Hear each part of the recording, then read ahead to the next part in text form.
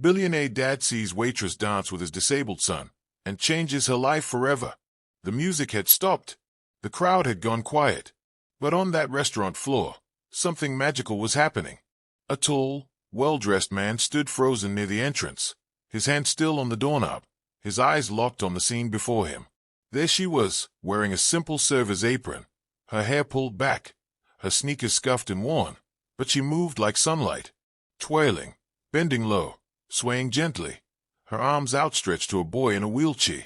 And the boy, he laughed, really laughed, for the first time in weeks. It wasn't in the plan. He had only come to check up on the restaurant he owned in secret.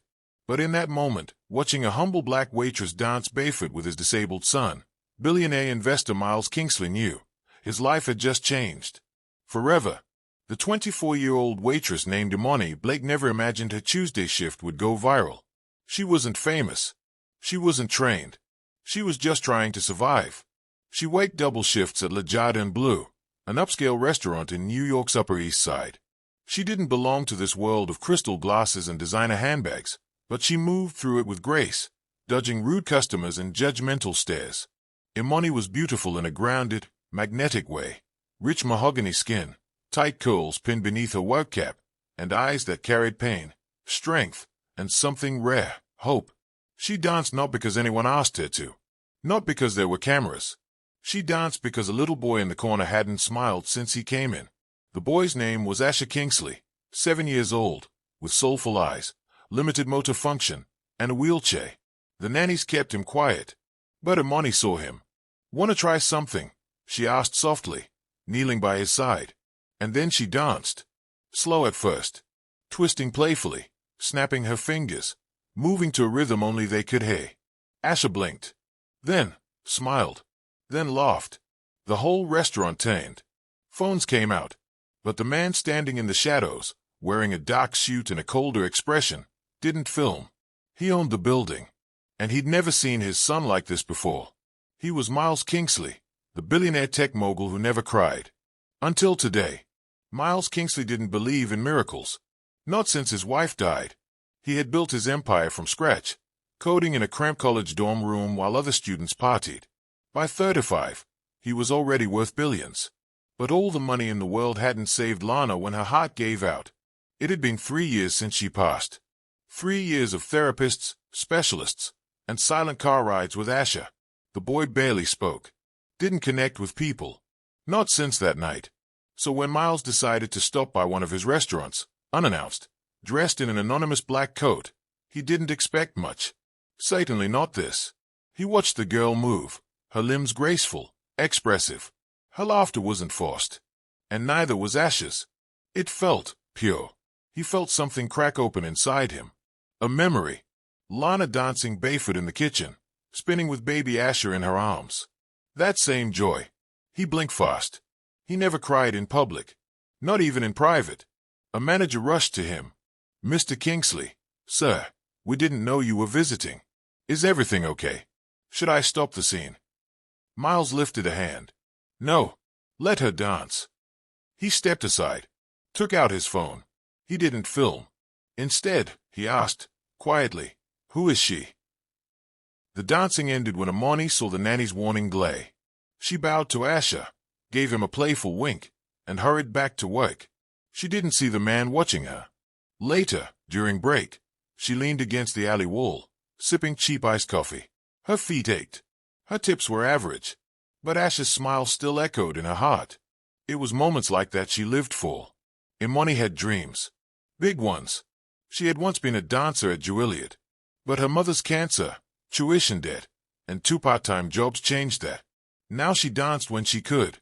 On subway platforms, at children's shelters, in the mirror of her tiny studio apartment.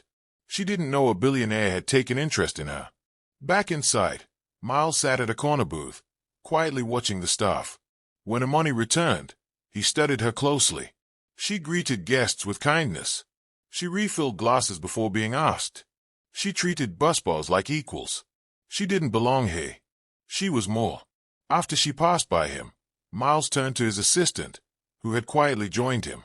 "Get me everything on her. Name, background, education. Everything." The assistant hesitated. And what would you like to do with that information, sir? Miles looked toward Asher, who was still watching the door where Imani disappeared. The next day started like any other for Imani. She barely slept, having stayed up cleaning her apartment and practicing dance routines between bites of instant noodles. She didn't expect what was coming. She had just clocked in when the restaurant manager pulled her aside. "Someone's here to see you." "In my office." Imani frowned. "Is something wrong?" "Just go." Inside the office sat a man she'd never seen before. Not handsome in the usual sense, but powerful. Composed. Cold, almost, until he looked up and smiled. "Ms. Blake, thank you for coming. My name is Miles Kingsley." Her heart stopped. "The Miles Kingsley." He nodded. "You danced with my son yesterday." "Asher." Her breath caught. "Is he okay?" "Better than okay. He hasn't stopped asking about you. That hasn't happened since his mother died." Imani swallowed hard.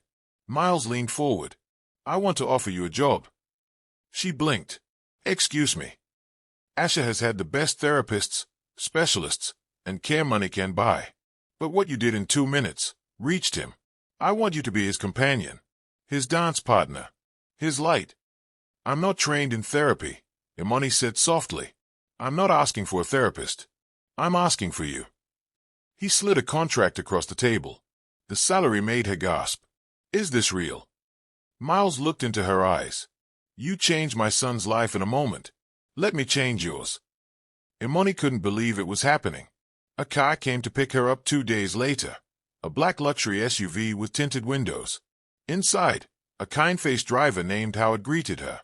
"First time in the city's Upper Ridge estates?" he asked, chuckling. Imani could barely speak. Miles Kingsley's estate was like something out of a movie. Guarded gates, flower-lined driveways, a house big enough to hold her entire block. Asher was waiting. When Imani stepped out of the car, he smiled, a wide, open smile. She ran to him, kneeling by his wheelchair. "Hey, superstar." He giggled. Miles watched them from the terrace. Something inside him felt lighter. He'd arranged for Imani to live in a guest suite. She would have her own room, a private dance studio, and time with Asher every day. Her job wasn't a burden. It was a gift, for all of them. That first night, she danced with Asher under the stars. And Miles, he watched from the shadows again. Only this time, he smiled. The tabloids started to buzz. Who was the young woman seen stepping out of Miles Kingsley's estate? Was he dating someone new? Who was she? Imani saw the headlines and panicked. "This isn't what I signed up for." Miles reassured her. "Let them talk. I care about how Asher feels, and how you feel." But feelings were getting complicated. Imani was seeing Miles in a new light. He wasn't just a mogul. He was a father. A man who had been broken, trying to put the pieces back together. And Miles, he started noticing more than just her kindness. He noticed her strength, her laugh, the way she challenged him without even trying. Late one night, they ended up in the kitchen together, barefoot, eating ice cream from the tub. "I forgot how good this feels," Miles said. "What?" "Not being alone." Asher had a rough morning. A therapy session went badly, and he shut down. Imani tried everything, music, dancing, stories. Nothing worked. She finally sat beside him and said, "You don't have to smile. Just be here with me." Asher leaned into her. Quiet. Still. Miles found them like that. And something cracked inside him. That night, he called a family therapist and said, "I think we're not broken. Just healing." But not everyone was rooting for them. One of Miles's board members found out about Imani's new role and began stirring rumors. "She's just after your money," they said. Miles defended her, but doubts crept in. Until the day Asher got sick. Asher had a fever that wouldn't break. They rushed him to the hospital. Imani refused to leave his side. Doctors moved quickly. Tests, fluids, more tests. Miles was pacing. "Why now?" Imani took his hand. "He's strong. He's got you." Miles looked at her. "No, he's got us." That night, in the dim hospital light, Miles kissed Imani. It wasn't rushed. It wasn't planned. But it was real. And when Asher woke up smiling, reaching for both of them, they knew this was no longer just a job. This was family. Photos leaked. Paparazzi found the hospital. The press exploded. Billionaire's son's mystery nanny, now his lover. Imani was attacked online. Racist trolls, jealous fans, gossip sites, all of them went after her. She almost left.